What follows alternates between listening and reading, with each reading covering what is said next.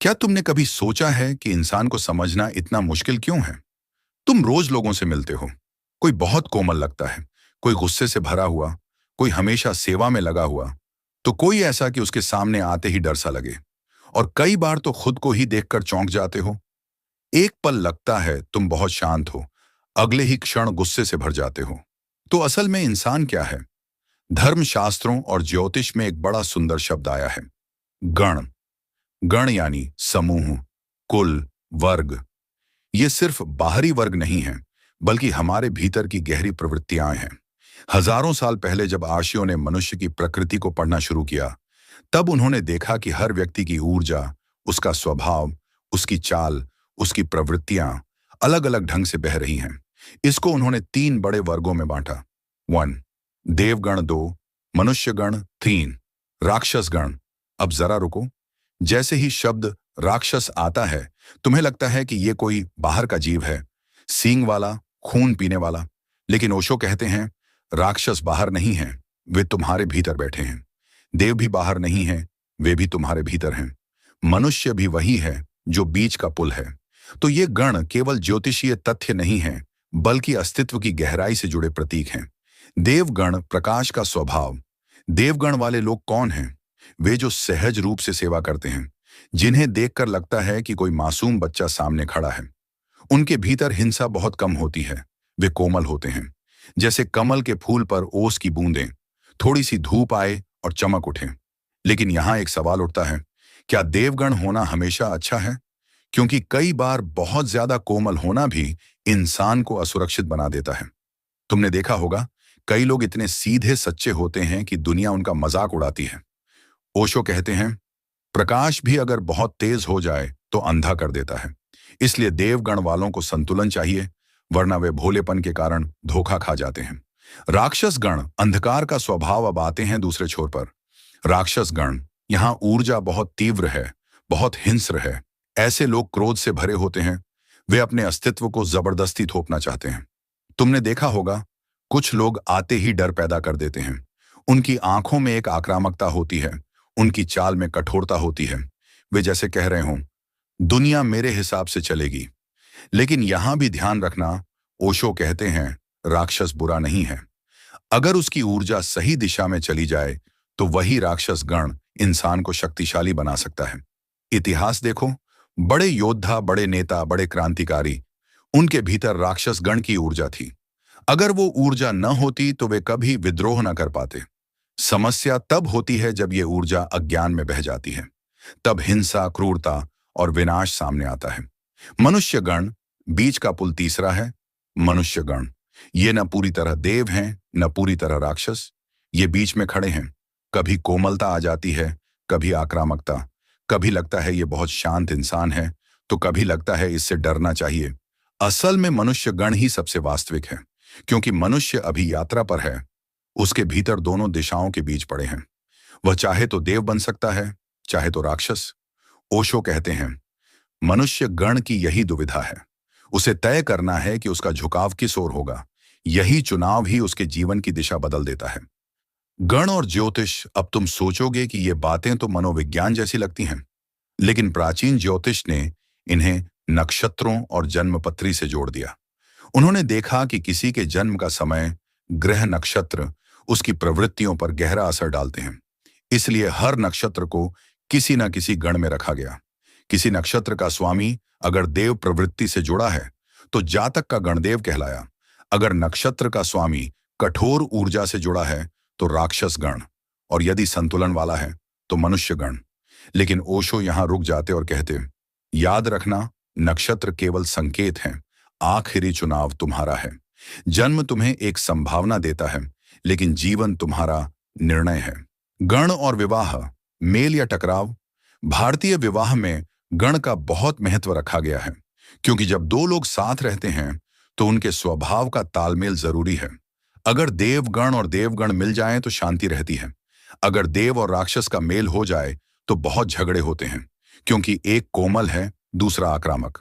लेकिन ओशो कहते हैं, यह सब गण मिलान सिर्फ बाहर का हिसाब है। असल में सवाल यह है कि क्या तुम प्रेम कर सकते हो? अगर प्रेम है तो देव और राक्षस भी नाच सकते हैं। अगर प्रेम नहीं है तो दो देवगण वाले भी एक दूसरे को नरक बना देंगे। तो गण केवल स्वभाव का संकेत है, लेकिन अंतिम सच तो तुम्हारी चेतना है। गण और आंतरिक यात्रा। अब सोचो, क्या यह संभव है कि तुम अपने भीतर के गण को पहचान सको? हाँ, अगर तुम ध्यान में बैठो, अगर तुम खुद को देखो, तो साफ दिखाई देगा कि तुम्हारा स्वभाव किस ओर झुका है। कभी तुम बहुत कोमल हो जाते हो, वह देवगण बोल रहा है। कभी तुम गुस्से से भर जाते हो, वह राक्षस गण सक्रिय है। और कभी तुम दोनों के बीच झूलते रहते हो, वह मनुष्य गण है। ओशो कहते हैं, साधना का उद्देश्य यही है कि तुम इन सबको देखो। अगर तुम देख पाओ कि तुम्हारे भीतर कौन सा गण काम कर रहा है, तो तुम उसके गुलाम नहीं रहोगे, तुम अपने स्वभाव के मालिक बन जाओगे। गण के प्रकार। अब यहां से हम गहराई में उतरेंगे। हर गण के भीतर भी कई स्तर हैं, क्योंकि देव भी एक रूप नहीं है, राक्षस भी नहीं, मनुष्य भी नहीं, उनके भी उप स्वभाव हैं। जैसे देवगण में कोई बहुत सेवा भाव वाला है, कोई बहुत करुणा से भरा है, कोई ज्ञान से चमक रहा है। राक्षस गण में कोई क्रोधी है, कोई लालची है, कोई सत्ता लोभी है। मनुष्य गण में कोई संतुलित है, कोई उलझा हुआ, कोई साधक है। इन सब की परतें खोलने से ही हमें पता चलता है कि गण वास्तव में मानव चेतना का नक्शा है। तुम्हारे भीतर जो गण है, वही तुम्हारे जीवन की धारा तय करता है।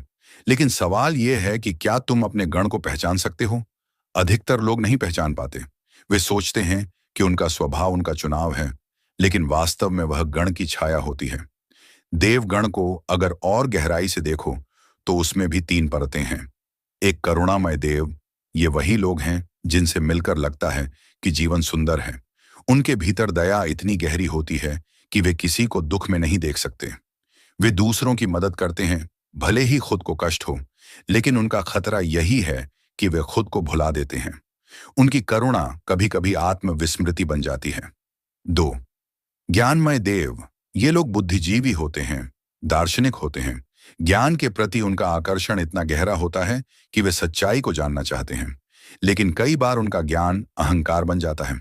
वे सोचने लगते हैं कि हम ही सब जानते हैं। 3, आनंदमय देव। ये लोग हंसी खुशी से भरे होते हैं। उनका जीवन उत्सव है। तुमने देखा होगा, कुछ लोग कहीं भी चले जाएं, वहां का माहौल हल्का कर देते हैं। वे जीवन को बोझ नहीं बल्कि नृत्य की तरह जीते हैं। लेकिन उनका खतरा यह है कि वे कभी कभी गहराई खो देते हैं। वे बस सतही खुशी तक सीमित रह जाते हैं। अब आते हैं राक्षस गण पर। यहां भी पढ़ते हैं। 1, क्रोधी राक्षस। ये लोग बहुत जल्दी गुस्सा हो जाते हैं। उनकी आंखों में आग होती है। वे छोटे छोटे मुद्दों पर भी भड़क जाते हैं। लेकिन यही ऊर्जा अगर साधना में लग जाए, तो यह गुस्सा भीतर की गंदगी को जला सकता है। 2, लोभी राक्षस। ये कभी संतुष्ट नहीं होते। चाहे जितना मिल जाए, इन्हें और चाहिए। उनका जीवन और की भूख से चलता है। यही प्रवृत्ति उन्हें दुखी करती है। लेकिन यही भूख अगर सत्य की ओर लग जाए, तो वही लोभ उन्हें साधक बना सकता है। तीसरा, सत्ता लोलुप राक्षस। इन्हें शक्ति चाहिए, नियंत्रण चाहिए। ये नेता बनना चाहते हैं, मालिक बनना चाहते हैं। और अगर उनका अहंकार सही दिशा में टूट जाए, तो वही शक्ति समाज को दिशा दे सकती है। मनुष्य गण सबसे जटिल है, क्योंकि वह न तो पूरी तरह कोमल है, न पूरी तरह कठोर। 1, संतुलित मनुष्य। ये वही हैं जो समझदारी से दोनों दिशाओं को देखते हैं। वे जानते हैं कि कब कोमल होना है और कब कठोर। यही लोग समाज में सबसे सफल होते हैं। 2, उलझे हुए मनुष्य। ये लोग ना इधर के रहते हैं, न उधर के। कभी देव जैसा व्यवहार, कभी राक्षस जैसा। वे खुद भी नहीं समझ पाते कि वे कौन हैं। उनका जीवन एक संघर्ष बन जाता है। मनुष्य, ये लोग खोज पर होते हैं। वे समझते हैं कि उनके भीतर दोनों प्रवृत्तियां हैं, और वे जानना चाहते हैं कि सच कौन सा है। यही लोग ध्यान में जाते हैं, साधना करते हैं, और अंततः देवत्व की ओर बढ़ते हैं। अब सोचो, ये गण केवल धार्मिक कल्पना है या इसका कोई वैज्ञानिक आधार भी है? आधुनिक मनोविज्ञान भी कहता है कि हर इंसान के भीतर 3 हिस्से हैं। सिगमंड फ्रॉयड ने कहा, 1, आईडी, इच्छाएं, यह राक्षस गण है। 2, सुपर ईगो, नैतिकता, यह देवगण है। 3, ईगो, बीच का संतुलन, यह मनुष्य गण है। देखो कितनी अद्भुत समानता है। हजारों साल पहले हमारे ऋषियों ने जो कहा, वही बात आधुनिक मनोविज्ञान अपने शब्दों में कह रहा है। ओशो कहते हैं, अगर तुम ध्यान में जाओ तो तुम्हें अपने भीतर ये तीनों गण दिखाई देंगे। कभी तुम बहुत शांत बैठोगे, बहुत निर्मल, वह देवगण है। कभी अचानक मन में हिंसक विचार उठेंगे, वह राक्षस गण है। और कभी तुम दोनों के बीच झूलोगे, वह मनुष्य गण है। ध्यान का अर्थ है इन सबको देखना। जैसे जैसे तुम देखोगे, तुम पहचानोगे कि यह सब तुम नहीं हो, तुम सिर्फ साक्षी हो। और वही साक्षी अवस्था तुम्हें गण से परे ले जाती है। अब सोचो, जब दो लोग शादी करते हैं या एक रिश्ता बनाते हैं, तो वहां गण का खेल कितना गहरा होता है। अगर एक व्यक्ति देव गण का है और दूसरा राक्षस गण का, तो क्या होगा? झगड़े होंगे। एक कहेगा प्यार से रहो, दूसरा कहेगा मेरी बात मानो। और अगर दोनों मनुष्य गण वाले हों, तो रिश्ते में बहुत उतार चढ़ाव आएगा।